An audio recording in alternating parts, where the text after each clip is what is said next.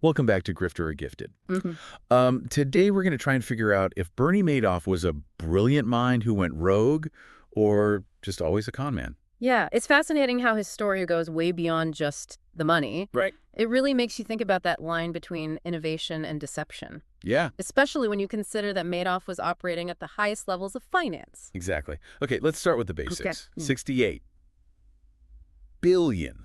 Wow. Yeah, it's almost impossible to really grasp. I mean, can you even picture that much money? Not really. Like, to put it into perspective, that amount could fund NASA for years. Yeah. Years. And yet, people trusted him with their life savings. And here's something I find really interesting. What's that? A lot of Madoff's victims are actually getting a good chunk of their money back. Oh, wow. Yeah, that's pretty unusual for a scam of this size. Yeah, they're getting almost 70% of their principal investments back. Yeah. How is that even possible? Well, the guy handling the case, Irving Picard, he had a strategy. Instead of trying to track down that initial money, he went after the people who profited. So anyone who made money off of Madoff, even if they didn't know it was a scam, Exactly. doesn't that seem a little ethically questionable? Oh, it definitely raised some eyebrows. Legally, Picard was in the clear, but it definitely sparked a debate about the ethics of it all. Yeah, I can see how people would be divided on that. Some would say if you benefited, you should have to pay it back. Right. But then others would say, hey, what if they were genuinely tricked? Exactly, yeah. Where do you draw the line between being complicit and being deceived? Right. And this whole thing with the feeder funds makes it even more complicated. Oh, yeah. These firms, like Fairfield Greenwich Group, they funnel billions into Madoff's fund. And they were portraying it as this super exclusive, wildly successful opportunity. Yeah. So did they actually do their due diligence? Mm-hmm. Or were they just turning a blind eye? I mean, Fairfield Greenwich alone invested $7.5 billion with Madoff. 7.5. Billion. It's a staggering amount of money to trust anyone with, Yeah. let alone someone like Madoff who was operating in such secrecy. So were they just bad at their jobs, or were they intentionally looking the other way? That's the big question, isn't it? I mean, it's easy to see how those investors got sucked in. Right. Madoff was really good at creating this aura of exclusivity. Yeah, it's like you get to be part of this special club with guaranteed returns. Exactly. He preys on people's desire to belong. Plus, there's the whole social proof element, too. Right. You see all these successful people investing with Madoff, so you think, well, it must be legit. Exactly. It created this really dangerous illusion of legitimacy. So basically, he built this network of trust that blinded people to what was really going on. Yeah. It's kind of scary to think about how even experienced investors can fall for that kind of psychological manipulation. So how did Madoff pull it off for so long? Well, first of all, he was very charismatic, Hmm. and he was a master at understanding how people think. He knew exactly how to exploit our natural biases, Like what? like our tendency to trust authority figures, right? Yeah. Madoff, he was a Wall Street veteran, former chairman of the NASDAQ. People just assumed he was trustworthy because of his positions. Like, if he's doing it, it must be okay. Yeah, we see that all the time, especially when it comes to stuff we don't really understand. Exactly. And to make matters worse, he presented himself as a fiduciary, legally obligated to act in his client's best interests. Right. It just added another layer to that illusion of trustworthiness. Even though he was doing the complete opposite. So he basically used trust as a weapon. Yeah. He used his reputation and his position to create this facade. Mm-hmm. I guess it just goes to show that even in this world of fancy financial systems, Yeah. Yeah. we can't just turn off our brains. We have to be skeptical, ask questions, and remember that trust has to be earned. It shouldn't just be given automatically. Absolutely. Now let's talk about the SEC. Okay. They're supposed to be the watchdogs protecting investors. Yeah. Right. So how did they let this happen? How did this massive fraud go on for so long under their noses? Well, believe it or not, the SEC actually investigated Madoff's firm multiple times, Really? or at least 8 times over 16 years. Wow. And there were tons of warnings and complaints about how he was operating. So what happened? Why didn't they do anything? That's the million-dollar question. Yep. There was this one really glaring example. What was that? A financial analyst named Harry Markopoulos. Okay. He sent the SEC a 17-page memo back in 2005. Okay. And in this memo, he laid out all the red flags he was seeing with Madoff's operation. A 17-page memo. This wasn't just a quick email. He was seriously concerned. Oh, yeah, he was very thorough. He basically said Madoff's returns were impossible and that he was running a Ponzi scheme. He even pointed out how Madoff was using this hedge fund of funds structure. A hedge fund of funds. Yeah, which was essentially just an unregistered hedge fund. Okay. And he said that this structure allowed Madoff to avoid scrutiny because he was claiming to use these super complicated strategies that no one could really understand. So it was like a smokescreen. Exactly. But even with all of that, the SEC didn't do anything. It's mind-boggling. Why didn't they connect the dots? Well, there's been a lot of speculation about that. Yeah. Some people think they were just overwhelmed, not enough staff to handle it all. Okay. Others think it was more of a cultural thing. Like what? You know, a culture of deference to Wall Street where they were hesitant to challenge powerful figures. Like Madoff. So maybe a mix of incompetence and maybe a bit of intimidation. Possibly. But whatever the reason, it had devastating consequences. Madoff's scheme went on for years, ruining countless lives and really shaking people's trust in the entire financial system. It really is a classic example of regulatory failure. Yeah. And it raises another question. Was Madoff working alone, or did he have help from within the system? We'll have to dig into that next time. So we were talking about the SEC's missed opportunities to stop Madoff. Makes you wonder, could something like this happen again? That's kind of a scary thought. Yeah. I mean, Madoff wasn't just some random guy. He was a Wall Street insider, someone with a reputation. People trusted him. Exactly. And like we talked about before, he was a master at using our psychology against us, that exclusivity thing, this social proof. Yeah. That's a dangerous combination, even for experienced investors. So are we just doomed to repeat this? Or are there lessons we can learn from Madoff's downfall to prevent future scams?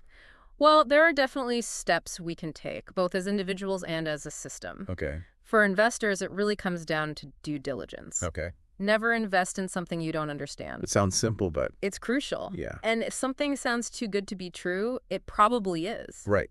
But how do you actually do that due diligence? It's not like everyone has a finance degree. You're right. It can be intimidating, but there are resources out there. What- Well, for starters, don't rely on just one source of information, Okay. especially not someone who has something to gain. Right, because even Madoff claimed to be a fiduciary, Exactly. but that didn't stop him. Nope. Talk to different advisors. Hmm. Do your own research. Keep asking questions until you feel comfortable. So it's kind of like trust but verify. Exactly. Don't just blindly follow someone, even if they seem successful. Right. What about on a bigger scale? Yeah. What can we do to make these kinds of scams harder to pull off?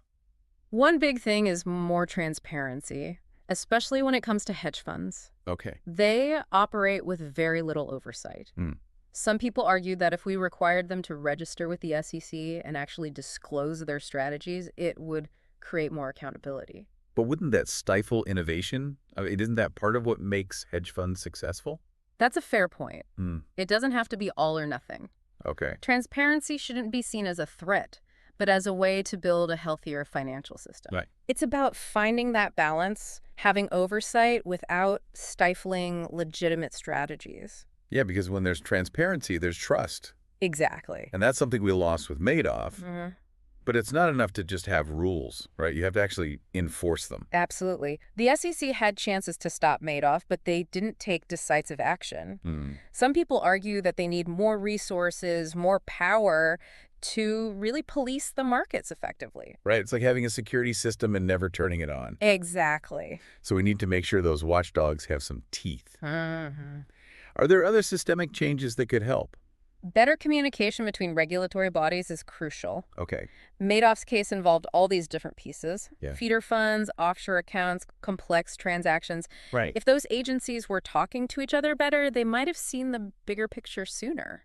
So it's about breaking down those silos and getting everyone on the same page. Right. More transparency, stronger enforcement, better communication. Mm-hmm. Are those the keys to preventing another Madoff? Those are all really important. Okay. But there's one more crucial piece.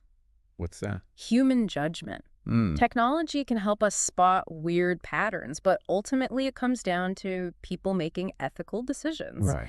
Madoff reminds us that even with all the fancy systems in the world, Mm-hmm. greed and deception can still find ways to exploit weaknesses. It's a sobering thought. Hmm. No matter how much we try to regulate and control things, the human factor is still there. We need people with integrity, people who are willing to speak up when they see something wrong. Exactly. We need to shift the culture. Prioritize transparency, accountability, put investors first. We need leaders who set the right example and a system that protects whistleblowers. So it's not just about rules, it's about creating a culture where doing the right thing is just the norm. Exactly. Okay, so let's shift gears a bit. Let's talk about what happened to Madoff himself. Okay. What was life like for him behind bars? Well, he went from living in luxury to a prison cell. He requested a minimum security facility, but that was denied. So he ended up at the Federal Correctional Institution in Butner, North Carolina. Okay. He had some amenities like a library, but it was still prison. A far cry from his penthouse. Right. But did he actually face any real consequences beyond losing his money and his freedom? Well, after his arrest, both of his sons died. Oh, wow. I didn't realize that. Yeah, Mark committed suicide on the second anniversary of his dad's arrest. Wow. And Andrew died from cancer in 2014. That's heartbreaking. It is. Imagine carrying that weight, knowing your actions contributed to the loss of your children. Yeah? He corresponded with a journalist while he was in prison. Okay. The journalist's name was Richard Behar, and he wrote a book about it called Madoff's Final Word. Interesting. And in those letters, Madoff said he was sorry for what he did. He acknowledged the harm he caused his victims and his family. So he did admit to the pain he caused. He did. He said he felt deep regret. But he also claimed that he never meant for the scheme to get so big. He said he thought he could get out of it, but it spiraled out of control. So was he a mastermind who just got in over his head, or was he just a con man making excuses? It's hard to say. Yeah. He built his whole life on deception. Right. Even when he seems remorseful, you wonder, is he being genuine or is he manipulating again? That's kind of the mystery of Bernie Madoff, right? Was there ever a real visionary there, or was he just a master manipulator? It's a question that we're still asking. A fascinating and disturbing question. Yeah. But one thing's for sure, Madoff's actions left a huge mark on the financial world. It's a legacy of broken trust and a reminder of what can happen when ambition goes unchecked. He showed us that even with all the complex systems and regulations, human greed and the desire for easy money can lead to devastating consequences. Right. It forces us to look at our own weaknesses, both individually and as a society, and to think about the ethics of our actions in a system that often rewards ruthlessness over integrity. Well said. So we've been really digging into this Bernie Madoff story, this whole web of lies and greed. But where does it leave us now? What's changed? And are we any safer from another Madoff popping up? Well, Madoff's shadow still hangs over the financial world. I mean, it's a cautionary tale that led to some pretty big changes, especially when it comes to hedge funds and transparency. So kind of like Madoff's legacy is one of unintended consequences. His mess forced the system to fix itself. Yeah, you could put it that way. I mean, the scale of his fraud was just so huge. Right. It exposed these vulnerabilities that couldn't be swept under the rug anymore. It made regulators and investors rethink everything they thought they knew about trust and oversight. So what kind of changes are we talking about? What actually happened after Madoff? One major thing was the Dodd-Frank Act. Dodd-Frank, that was... 2010. Right. So that was partly a response to Madoff. It's crazy how one person's actions can have such a ripple effect. Oh, absolutely. I mean, Madoff basically highlighted how we needed stricter oversight and better ways to catch fraud. Yeah. And Dodd-Frank tried to address that. Like, they created the Financial Stability Oversight Council, Okay. which is supposed to keep an eye on systemic risk. And then there's the Consumer Financial Protection Bureau, which is supposed to protect people from, like, predatory practices. So those are pretty big steps towards making things safer and more transparent. But is it enough? I mean, could you really stop another Madoff with just regulations? Regulations are important, but they're not the whole story. Madoff also showed us how crucial it is for individual investors to be educated and aware. Right. The more you know. Exactly. The better you can spot red flags and avoid getting caught up in something like this. It goes back to that idea of trust, but verify. Don't be afraid to ask questions. Do your own research. Right. Get a second opinion, especially when you're talking about your money. Exactly. And it's good that there are more resources out there now to help people navigate all the complicated stuff. Oh, yeah. There are websites, podcasts, financial literacy programs, investor advocacy groups. A lot more information to empower people. Speaking of empowerment, let's talk about Madoff's victims. Okay. You said earlier that they're getting almost 70% of their money back. Yeah. That's pretty amazing when you consider how much was lost. It really is. It's all thanks to Irving Picard, the guy in charge of getting that money back. Mm.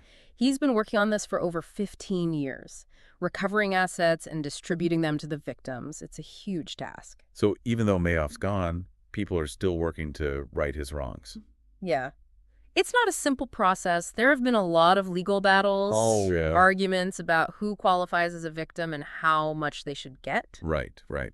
I guess it's a reminder that even when justice wins, it's not always clear-cut. Nope.